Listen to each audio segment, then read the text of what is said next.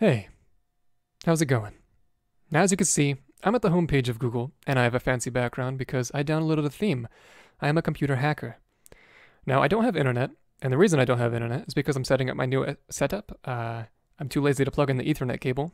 So what I've been doing is, when you go to a web page in Google with no internet, it brings up the little dinosaur game. Now, if you don't know about this, you're living under a rock, but I found out something about this game that is the most groundbreaking development in speedrunning history. Even better than Seth Bling, right? You can play this game by just tapping spacebar. It's a very simple program. You jump and jump over cacti. As you go throughout the game, you'll end up transitioning through the day-night cycle. If you haven't gotten that far, then you suck, and I'm the best player that's ever existed. There's also flying objects. Now, this isn't what I've discovered about this, right? I'm not the first to find this game. Not even the second. Maybe the third, though. I'm not entirely sure. What I have found out about this game is the foolproof way of winning. Winning in the sense of getting the high score every time nationally. Maybe even the whole world. Outer space even. Aliens can't touch this shit. So you jump over the cacti, but as the game starts progressing, the cacti come towards you further, or maybe your little calves that are running, look at the cute little hoppy guys, they get quicker, and you start scaling the train even faster despite the fact that it's just a horizontal run the whole way.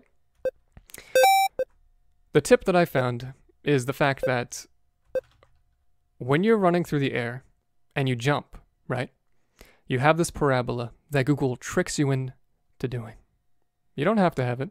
I just noticed the tail is cut off. What a texture. Nonetheless, you don't have to do this whole parabola. And that comes in handy, say, if there's a cactus right here and I had to jump over this guy, I'd have to hit that cactus. I didn't have enough time to land and then jump over because I keep momentum in the sky. Now, I know what you're thinking. I didn't pause the video, I paused the game. And that's the key to what I'm talking about in this video.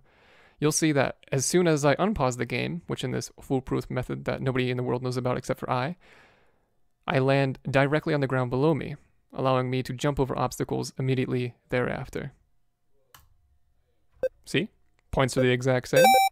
Everything is fine, and the day-night cycle is here. So let's go ahead and take a look.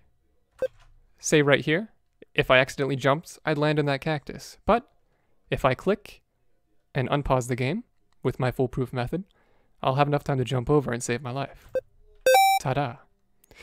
Now, the tip is very simple. And you can only get very far in this game if you have skill. I have which do not. Now, I'm going to share this secret with you. I know a magician's not supposed to share his trades, but I will. Because I want to further the speedrunning community. I know this has been an enigma since essentially the beginning of time, or at least the beginning of Google, which obviously came before time. And it's that if you hit the Alt key, you'll pause in midair. That's it. You'll even pause on the ground. Say if you want to go and take a poop, maybe grab a popsicle, maybe even in that order, you can pause the game and come back. You won't lose your high score out of boredom. Even if you get internet back, who cares? The game is paused.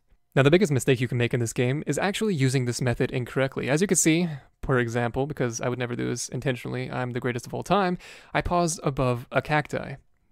Now, this works with any obstacle. If I pause above it, following the rules of physics that I have created for this game, you will immediately suck down to the terrain, which is bad if you're above an obstacle, because once I unpause the game, I'm dead.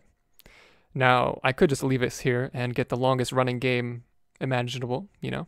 Just set a time clock right up over here. Thank you. I could set a new world record just sitting above this cactus. I already have, right here, ladies and gentlemen, the world record for being above an obstacle.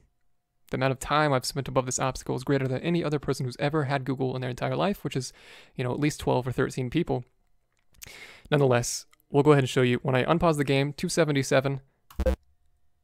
Well, I accidentally started immediately, but the game killed me. Now, to better that example, immediately starting the game right over.